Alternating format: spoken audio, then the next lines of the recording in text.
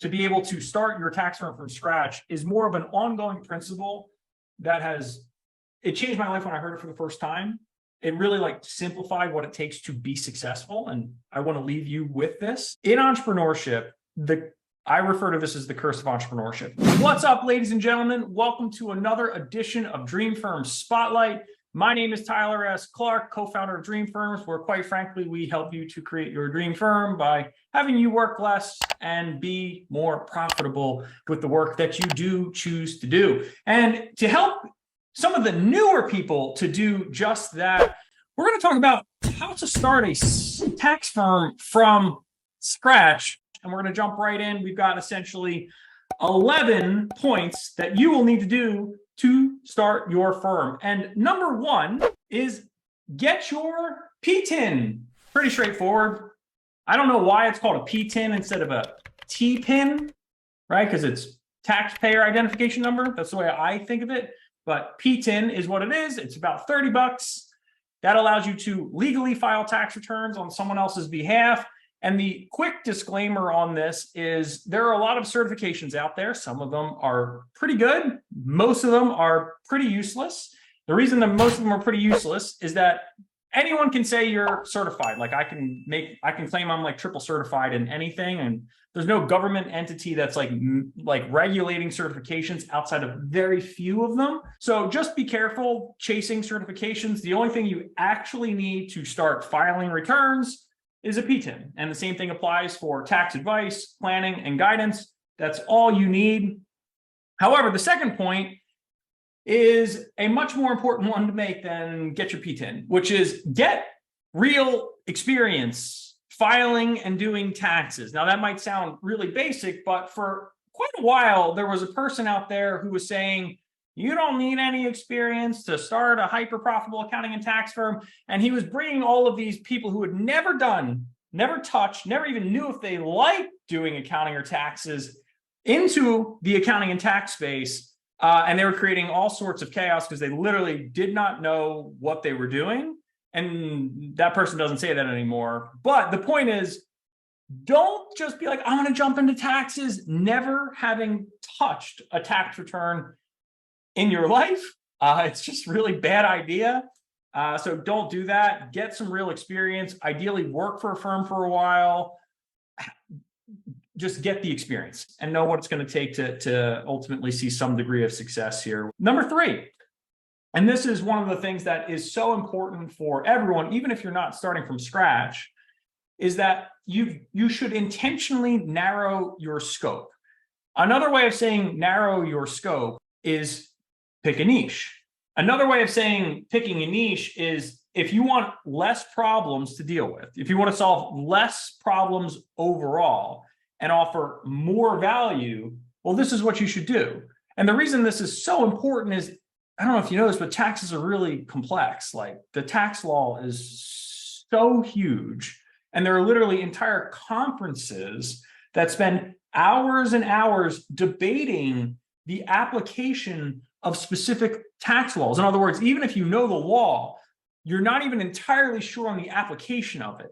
And so the more you can limit your scope of how many problems you have to solve, the more likely you are to deliver a higher level result and get paid more. And we'll talk more about that piece in a little bit here. But again, if you're trying to solve every tax problem that anyone's ever had inside of the United States, I mean, the difference between a simple W-2, right? Your simple W-2 earner on a 1040, like very easy compared to an S corp return, compared to a partnership, compared to a nonprofit, compared to someone who's got a bunch of real estate, crypto. I mean, it can go on and on. Tax resolution problems. There's so many types of problems to solve in tax. And when you narrow your scope, you're actually increasing the value you can provide because you're developing expertise. And to continue the sports analogy just for a second, right? If you watch Michael Jordan, you're like, I want to be like MJ. And you're like, okay. And so you start to develop a little bit of skills. You figure out how to dribble the ball, right? You figure out how to collect client information. You figure out how to be able to plug it into the tax return software. You figure out how to shoot. You figure out how to pass. You figure out how to do all the little things, right? You figure out how to like review your own work. You figure out how to do all the work. Eventually, you'll realize you like to do something a little bit more, whether it's a type of client, a particular process in the tax world, whether it's the advisory, whether it's the returns themselves, whether it's the client facing, whether it's the management. You'll go, I really like shooting the ball, and you'll practice shooting the ball a lot more, and you'll develop a specialty and expertise in it. So again, intentionally narrow your scope once you've got a nice base of experience to understand what you actually like inside of the tax world. Number 4, be realistic with what it takes to be successful. Most people will know when you go into a business, it will be hard, because the old saying is true. If it was easy, everyone was doing it. And I know entrepreneurship is like rah, rah, everyone go do it. It's the best thing in the world. But to be honest to God, it's hard. And most people should go into it knowing it will be hard. It will be rewarding if you stick with it, if you continue to follow the right principles, practices, and you're just a good ethical person, you deliver on your promises to your client. But what you should always do is like acknowledge it's going to be hard and still want to do it anyway. Put it in a different context. If you know it will be hard, you should be thinking about, what am I prepared to sacrifice to make this successful? Right? Because if you love something, and I promise, if you do not love your business, you will not be successful. Love is about what you are willing to say no to be able to focus on what you actually care about. In order to be successful with your business, you will have to say no to a lot of things, potentially hobbies, nights out sometimes in the beginning, because you've got to invest the time to be able to replace the income, to generate the reputation that you need for people to come to you, to build the team, to learn the skills, to pay down your ignorance debt. Number 5, be prepared to make your first sale. Okay. Now, I know people are gonna be like, but what about the insurance? What about this? What about that?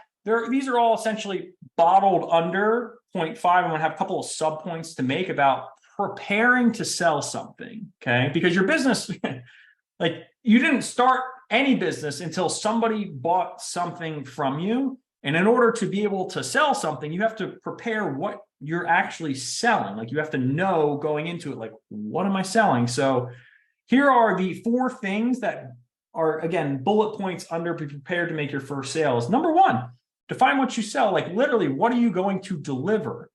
And if you've read any sort of, if you've been in any sort of the like groups or communities, Facebook groups about tax repairs, the number 1 complaint is scope creep, is clients thinking they're getting something when they're not actually getting it, when they think they deserve this, but the preparer, the owner, doesn't think that they do. And what should I do about it? And the only way to do this is be clear with what you're selling, educate the client on what you're selling, right? Like, you have to start there. Number 2, if you know what you're selling, the question is, how much are you selling it for? Now, there's a lot of interesting data available on pricing of tax returns nationally. I believe there was a great study put together by, I think it was NASPA off the top of my head, or maybe it was the National Tax Preparers Association. I'll put the link down below for the studies, but the goal here is, if you want to be successful, you can't do what the average is. You should go above the average. All right. So as a general rule of thumb, my honest advice is you shouldn't be touching a tax return for a minimum of $300. I don't care if it's the simplest W-2, simplest return ever. I don't care. Just pure W-2 earner, no complexity at all. $300, because you still got to sell that person. They're still gonna have questions. You still have to be able to like take the time to foster the relationship. And if it's not 300, I just don't see it as worth it. And I'm increasingly recommending 500 as a starting minimum for any sort of tax services. Now, in line with that is there's levels to this game, which is why limiting scope is important. But generally speaking, if you're doing any sort of tax service, I'm not even talking about advisory right now. I'm just like, at the most basic level is compliance. It's literally, people come to you like, I need my taxes filed. Like, oh my God, my taxes are not filed. Cool. If your taxes aren't filed and you need help with that, I have to be prepared to sell you what is going to be profitable for me and give you the help that you need, right? Sell you what you need, profitable, and get it to you in a timely fashion. That is what you need. And the profitability part is important, because the average is low. It's pulled down by low income areas. It's pulled down by just people not knowing what they're doing, working too many hours, not making enough money. You do not want to default to the averages. At the very least, you want to go a little bit up and above them. You want to have high minimums. And then when you have a more complex return, right, the difference between your W-2 versus your partnership return with like 20 K1s, and you're like, why you got 20 partners? And why am I doing all the K1s? But besides the point, right, you now are saying like, all right, that's a different level of engagement. And when it comes to pricing, when you're starting out, it's very, very appealing to default to, I'll just use an hourly rate. And that way, like, I promise you, don't do that. Even if it means you lose a couple of deals because you're pricing yourself higher and you're getting used to quoting a fixed price, it is to your advantage and the client's advantage to never use an hourly rate. We talk a lot about this on the channel, but just to summarize it, the clients only fundamentally care about really one thing: speed to result. That's really what they care about. Now, of course, it's the quality of the result. Don't get me wrong, right? Like if it's just, you're just speeding me along to, get me into some big old mess, nobody wants that. But to get them what they want quickly is highly valuable. Okay. And what they want is normally a very clean, perfect tax return filed before the deadlines. That's what they want. And so the sooner you can do that, the better. Hourly incentivizes you to work slower. Your incentive for what the client wants is inverse. Now, that's not saying people who use hourly intentionally work slower, but it is not the right incentive as an entrepreneur that you should have at all. Okay, number 3. So again, define what you sell, how much you sell it for. Key thing here being like sell it profitably, especially when if you have the ambition to have a team. It's like, what would I need to pay for someone to do this to replace me? Very important to consider as you're pricing from the beginning. Number 3, be prepared to collect the cash. That might sound really basic, but most people, when you're quoting a $1,200 tax return, are just like, well, let me whip out my wad of hundreds. Here you go. It doesn't work like that, obviously. So you got to make sure you got your merchant services set up. You can take credit cards. You got your bank account ID set up. Those are all things related to being able to collect cash. Very straightforward. And if you want a little pro tip, if you want to avoid credit card fees, being able to take ACH direct deposits is wonderful. But what we typically recommend is we say, you can just, like, if you're ever going to discount a price for any reason, this is your time to do it. And you can say, well, if you pay by direct deposit, we'll basically pass the credit card transaction fees. We'll just take that off of what we pay you, or you cut it in half. We'll say, hey, we will take 2% off the top because we lose a bit on the credit card transaction fees. And people go, okay, cool, that sounds good. It's just like a small bonus. It's a good way to incentivize people to use ACH. Not required. Most people will do it if you just either require it, recommend it, make it easy for them to do. But just a little bit of a tip there for you. Number 4, and this is, again, be prepared to make your first sale. So when you are selling something, you are engaging in making a promise to someone.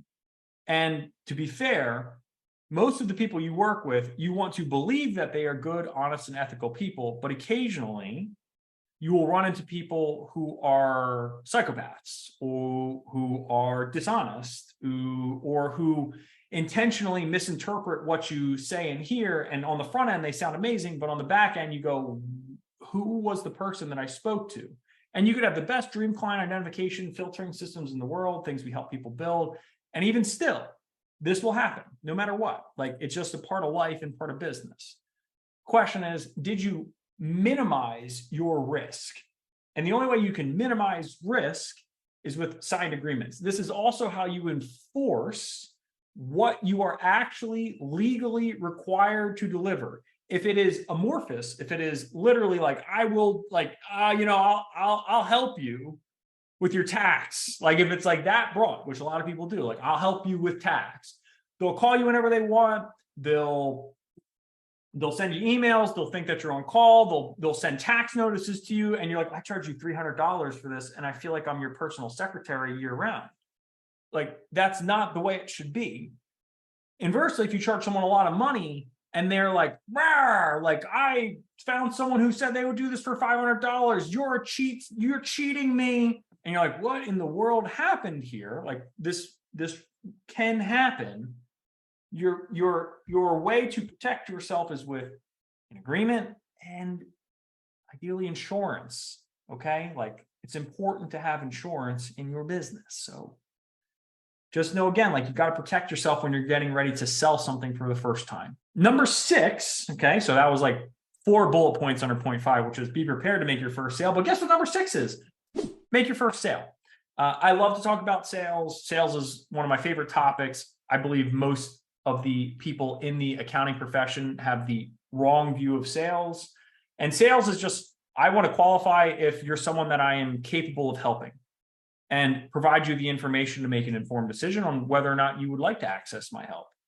And when you think of it through that lens, not the car salesman who's, strong arming you, trying to force you to buy something that is not in their best interest. Sales is about helping people to make smart decisions. And when you reframe sales in that context, you go, are you the right person for me to help? Have I given you information to make the decision? Do you know what it costs or what the price or what the investment would be to access my help? Would you like to do it?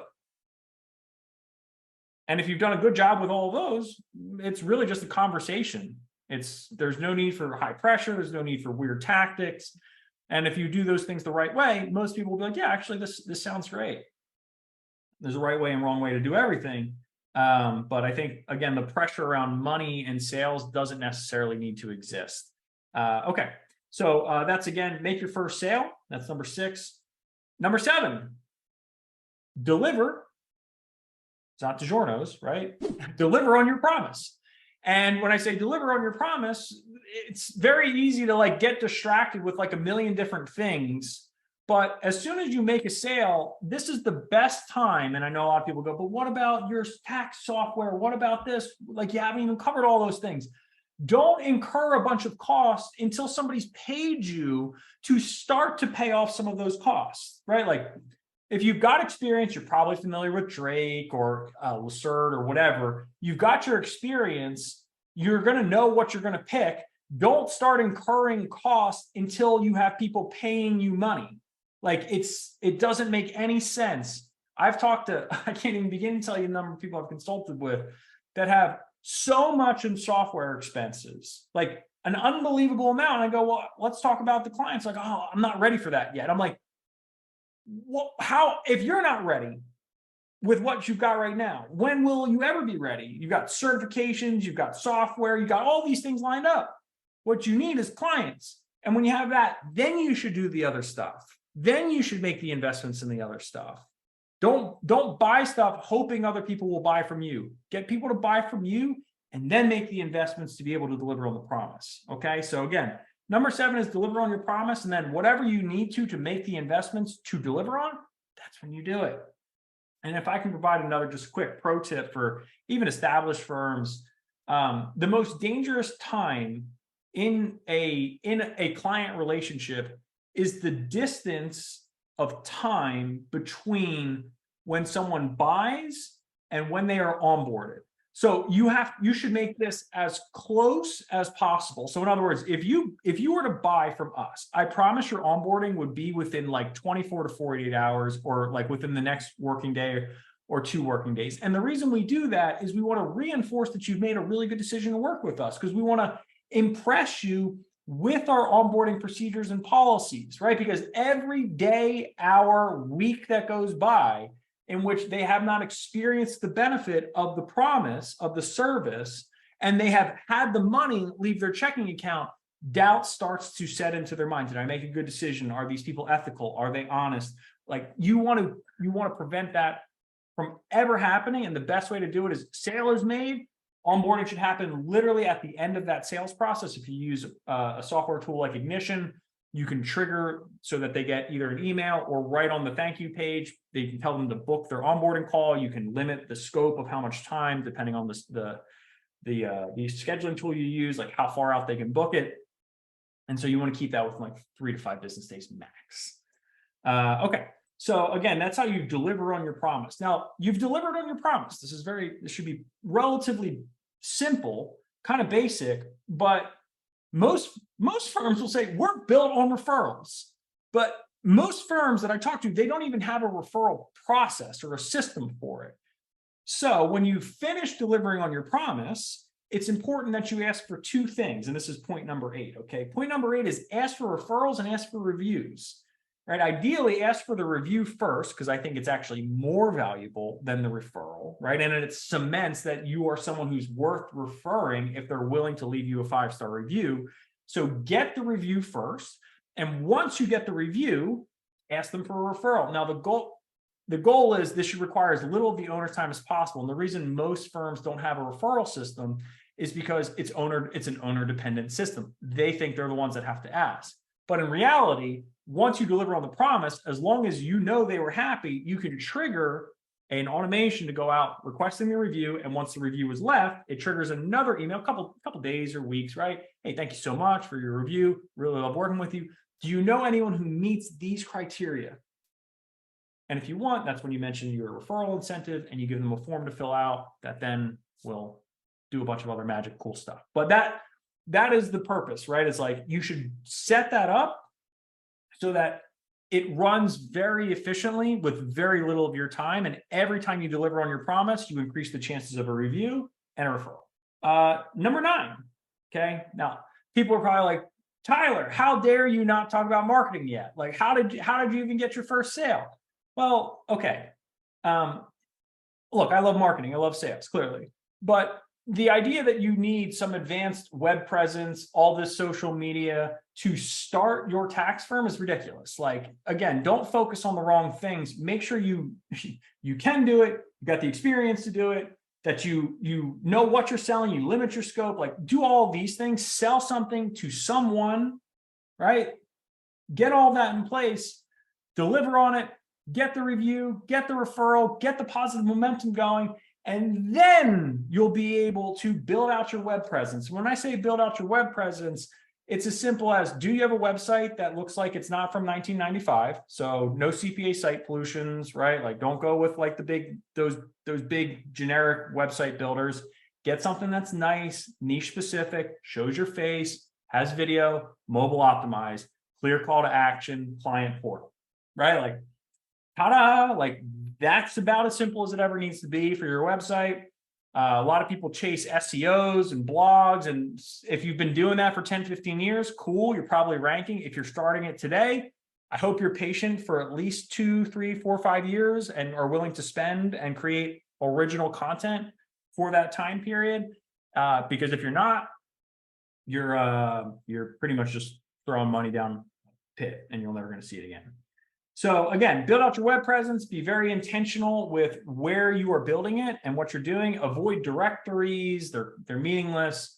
Avoid things like Paro or Upwork or Fiverr. The reason you should avoid those, I was just consulting with someone a little earlier who's trying to transition away from this stuff, is those people are feeding you fish. They're not teaching you to fish, okay? And so if they ever decide to have crappy quality fish, if they ever decide to stop giving you fish, you're in a bad spot. You need control over the growth of your firm always, because it's the most important skill to make money, is like controlling growth. If you don't have that skill and you give that skill to someone else, you're in a really tough spot for the rest of your life.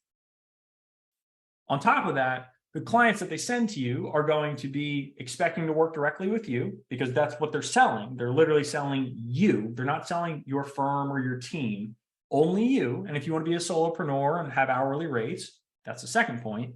They expect that you're only going to ever do hourly. So there's no packages. They're like, what's the hourly rate? And they're very tough clients to work with. And I know very few people who enjoy and love that model. So again, build out your web presence, but be intentional, know what to avoid, know what to focus on. And the main thing is know where your niche and community hangs out, go hang out with them in those social media spaces, deliver real actionable advice. And guess what? People will want to work with you. Crazy concept. Educate them. Number 10.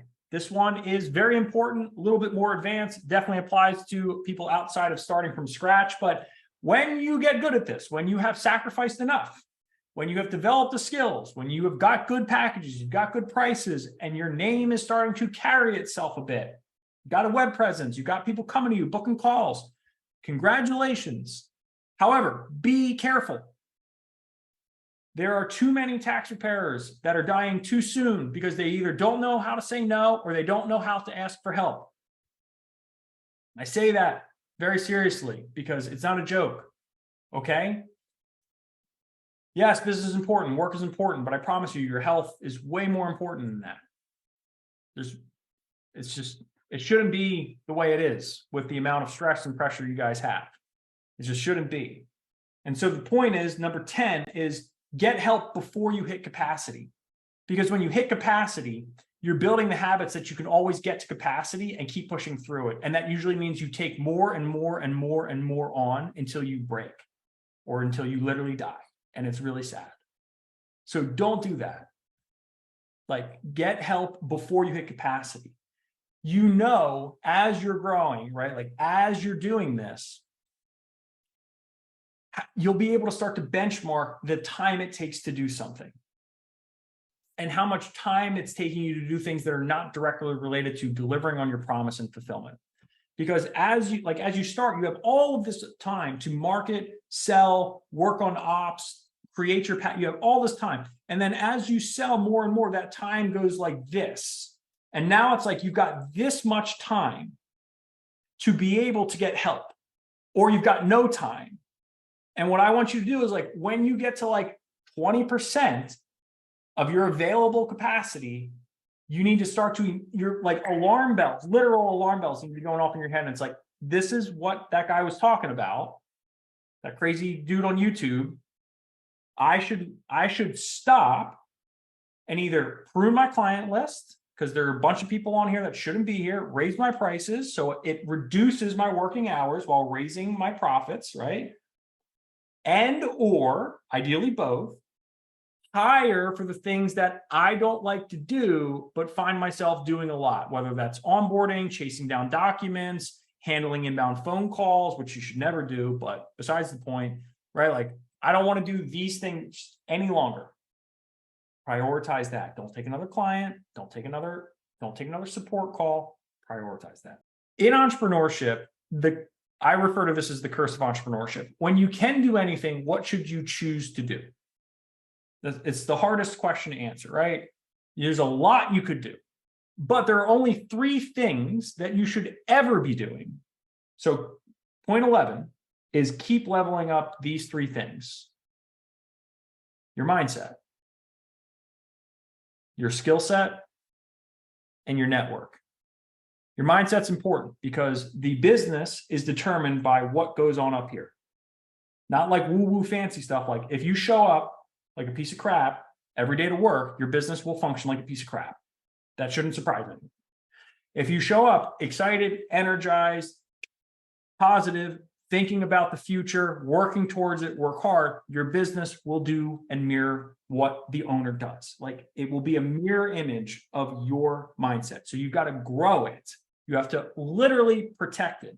It's called consulting with another client, family member, always hating on them being an entrepreneur constantly. And I was like, you've got to make a choice here. You either have to stop being an entrepreneur, or you have to literally cut this person from this capacity, not entirely, but cut them out of your life. Because this is one of the things you've got to be willing to sacrifice to be successful. Because if we keep talking about this, if it keeps holding you back, you're never going to get anywhere. So you've got to protect your mindset. You've got to grow it. Number 2 is your skill set. Filing tax returns is valuable, but it is not as valuable as advisory and tax planning. It is not as valuable as a lot of things could be. Even becoming a better salesperson is improving your skill set. Becoming a better marketer is improving your skill set. Becoming a better manager and leader is improving your skill set. There's a million things that you can improve skill-wise, but always focus it to what is the biggest problem facing the business. Do I need more money? You got a marketing or sales problem, guaranteed.